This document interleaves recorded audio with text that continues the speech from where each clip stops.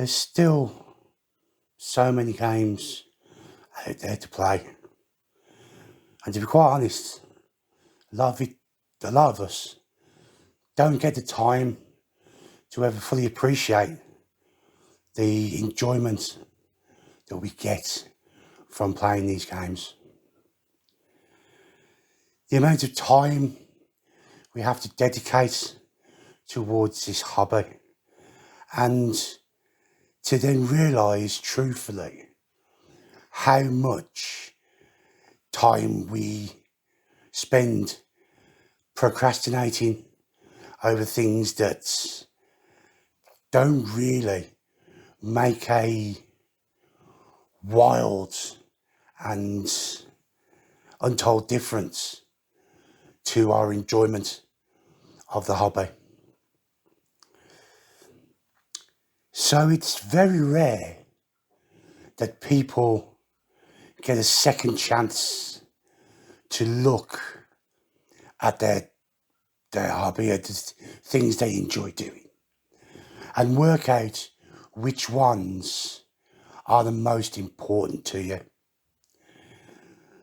This video is a slightly tale of caution about how things can sneak up on you in the real world, how you can end up being as close to not being around anymore than you maybe realise. And things need to be done, and you need to be able to take care of yourselves. First of all, let me apologise for my voice during this edition, but I thought, it's better that you hear it now rather than, when I'm a bit more into my recovery, about the 7+ weeks I've just spent in intensive care in one of the National Health Service's fine hospitals here in Birmingham. I've got a new appreciation about the jobs that all workers for the NHS carry out. And it is one of those things and one of those charities that I'm going to take on and still use in my Great Mountain campaign for this year. I was lucky enough that my partner was brave enough to ignore I'm okay, I'm feeling a little bit under the weather, etc., and just was trying to fob off a lot of what I realise now, quite serious symptoms. She was brave enough to ring for the ambulance, and to be quite honest, from there on in, for a number of weeks, you can't tell me what went on, because I was in my own little world. I spent a number of weeks being in an induced medical coma while they treated me for, number one, septic shock from a cut that I received on my leg. That's in turn, with my immune system very, very weak, meant I had the onset of pneumonia as well, to the point to which, tracheotomy was done. Holes put into my neck, tube passed down, and I was on a ventilator for a good couple of weeks while they treated me and brought my symptoms to the point where they could bring me out of the induced coma, and then have me trying to battle back to the point where I could get home again. Now, hospitals, I don't like hospitals. It's one of those ones that I've always thought that, people tend to get better when they're in their own more comfortable environments. And lucky enough, my partner has taken a leave of absence from work to be my carer now for the next, hopefully not too many weeks, until I'm back fighting fit and ready to A, return to work, and B, do a lot more to help around the flat, etc., etc. So, why am I doing this video? Well, one of the problems with being bedridden for so long is that a lot of the time I've lost a lot of the muscle capacity in my arms, and especially in my fingers, that my fine control in my hands has been shot a little bit. So I want to say that if over the next few weeks I can use the hobby as some form of therapy for myself. Now, there are a lot of times when we talk about the psychological therapy that this hobby can give you, about relieving stress, about not thinking about other things. But can carrying out the modelling, kit bashing and painting side actually have a physical effect as well? Now, I know there are channels, and one of the ones I'd like to, bring up is MS Paints and Dave over there, who have a following of people who are struggling with various symptoms, which means that maybe they find it difficult to carry out various aspects of this hobby. And it was one of the first places that I went to have a look about if there was anybody who had similar symptoms to mine who was giving any form of advice. So what I'm going to do, I'm going to put the shout out to you guys. If you'd like to, and if you have any advice in terms of basic exercises, etc., etc., things that you can put into place as maybe coping mechanisms, then I'd be very glad to hear one of the main ones, or whatever you think are the main aspects. One of the main problems that I've realised I've had is with my right hand. It still feels like almost like pins and needles there in my hands. So my grip strength for anything smaller than maybe a 20mm circumference is not there. So to hold a paintbrush and be able to control a paintbrush is going to be one of those things that I'm going to struggle with until I can get a bit more of that motor control back into my hands. So what are we going to do? Well, this is going to be hopefully a series of videos over the next month, but however long it takes for me to get to the point where I'm happy that my, that what I was doing before is now no longer hampered by the problems that I've got at the moment. I'm going to start a little bit from scratch because I don't know the processes to which I was using before I can still carry out. Whether I'm going to have to teach myself new ways to do things, learn to use new tools, learn to use new techniques, learn to have other types of coping mechanisms available to me where the things that I can't do yet don't become too much of an issue.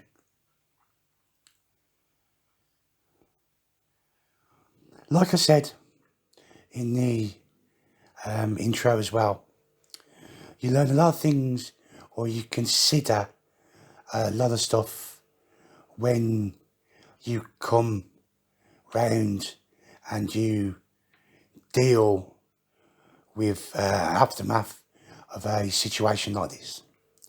Now, I'm not going to say that, I understand everything that's gone on, maybe with your life. Maybe you've been in this position before, been involved in an quite serious accident, had a health scare yourself, etc., etc.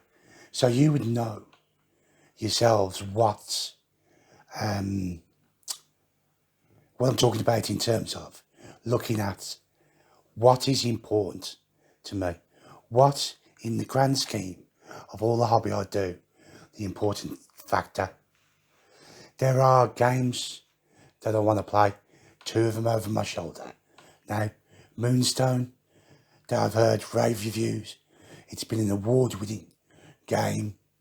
Me and my partner bought it at last year's Games Expo, and basically we've painted the models together, but have yet to actually play the game itself. Secondly, for my friend Graham, Grave for Now Games, and his new game, Guards for Traitors Toll, which looks like an absolute blast. And because it has single player option with it as well, it's easy for me to play in the downtime when all my other friends may be at work and tied up. So I can still get a bit of gaming in for myself to relieve some of the cabin fever that I may be getting from being, for the majority of the time, being a bit more housebound for the next couple of weeks. Because again, like I said, it's not just my arms and my hands have suffered, but my legs have as well.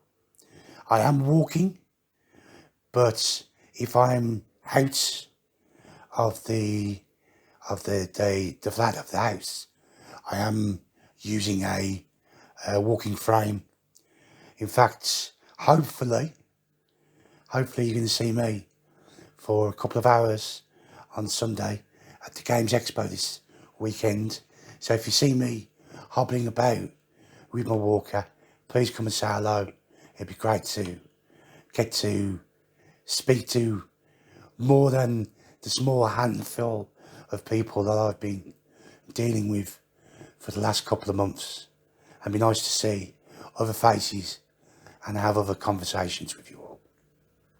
Now, so hopefully what we're going to do is going to look at, like I said, starting from scratch. Now, starting from scratch means that I'm going to actually clear my hobby desk and really only introduce things to it on a need basis, because I've got stuff on there that's been hanging around on the table that's basically just taking up space. Now that I've got to share my hobby space with my partner, because she's caught the painting bug, she's doing absolutely brilliant job, and there's a photograph of some of the miniatures she's been painting for Moonstone. Now, these are the first figures she's ever painted, and she's far better than the first figures I ever painted for myself. So she deserves kudos, and I think I'm going to be able to pass the old, can you just slap some paint on this model for me, etc., etc. Yeah? I'll do all the building, I'll do all the kit bashing, etc., etc. And I'll pass the paint slinging onto her, I think, hopefully in the near future. So that's it. So we're going to start from scratch. We're going to get stuff in place that makes it easier for my hobby to be done. And hopefully the ways in which I find to relieve these problems is going to help maybe people out there who don't know which way to go in terms of what they can and what they can't do to sort issues out. So hopefully you're going to be able to join me on my journey, see where it goes. If you'd like to follow, make sure you hit the like and subscribe button so you don't miss out. There's still the availability of the Patreon going forwards. Again, all links will be below in the comments section for this video. And basically, I can't wait to see where this journey takes us. And again, like I said at the start, if you have any suggestions for things I can do, tools and bits and pieces that I might need to have a look at.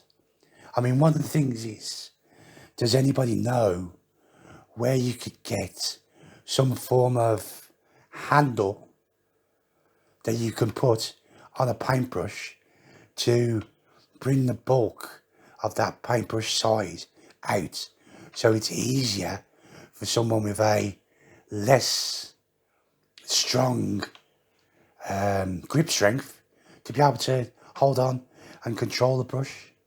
I mean, at the moment, the only thing I can think of is taking some foam out of the packaging and actually tape it around each brush that I'm going to be using. But maybe rather have something that can be swapped between the brushes that I am using and see what we can come up with in terms of ways to alleviate problem that most people who don't suffer from any of these symptoms, who aren't in some form of physical recovery with the same dirt, would take for granted for. So let's see, as a community, what we can come up with. Thanks guys for watching the video. Thanks again if you do choose to like and subscribe, and thanks if you choose to leave a comment at the bottom of the channel. Hopefully my voice will be a little bit better for the next time in the next video, but I don't know.